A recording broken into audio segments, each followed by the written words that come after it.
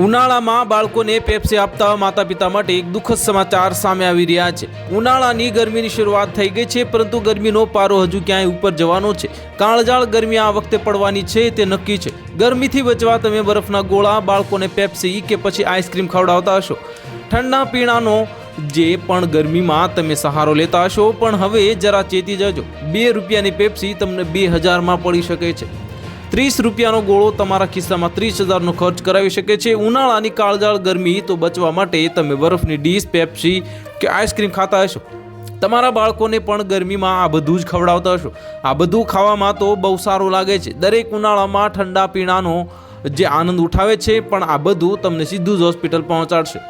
તમારા બાળકોને પણ દવાખાને લઈ જશે, કારણ કે ગરમીમાં આ બધું જ ખૂબ હાનિકારક છે। નાના બાળકોને પેપ્સી ઘણા પસંદ હોય છે। 2 રૂપિયામાં મળતી સસ્તી પેપ્સીનો આનંદ તમે પણ ઉઠાવ્યો હશે, પણ તમને ખબર છે કે આ પેપ્સી કેટલી હાનિકારક છે। જાત ભાતની ફ્લેવરમાં આવતી આ પેપ્સી હાનિકારક છે, કારણ કે તેનું પેકિંગ પ્લાસ્ટિકની થેલીમાં કરવામાં આવે છે। લાંબા સમય સુધી તે ઠંડા અને ગરમ વાતાવરણમાં રહે છે। તેની બનાવટમાં અનેક એસન્સ અને કેમિકલ્સનો ઉપયોગ થાય છે। આ 2 રૂપિયાની પેપ્સી તમારા બાળકને હોસ્પિટલ પહોંચાડી શકે છે। અનહાઇજેનિક આ 2 રૂપિયાની પેપ્સી તમને 2000માં પડી શકે છે। પેકિંગ પ્લાસ્ટિકની થેલીમાં કરવામાં આવે છે। લાંબા સમય સુધી તે ઠંડા ગરમ વાતાવરણમાં રહે છે અને બનાવટમાં અનેક એસન્સ અને કેમિકલ્સનો ઉપયોગ થાય છે।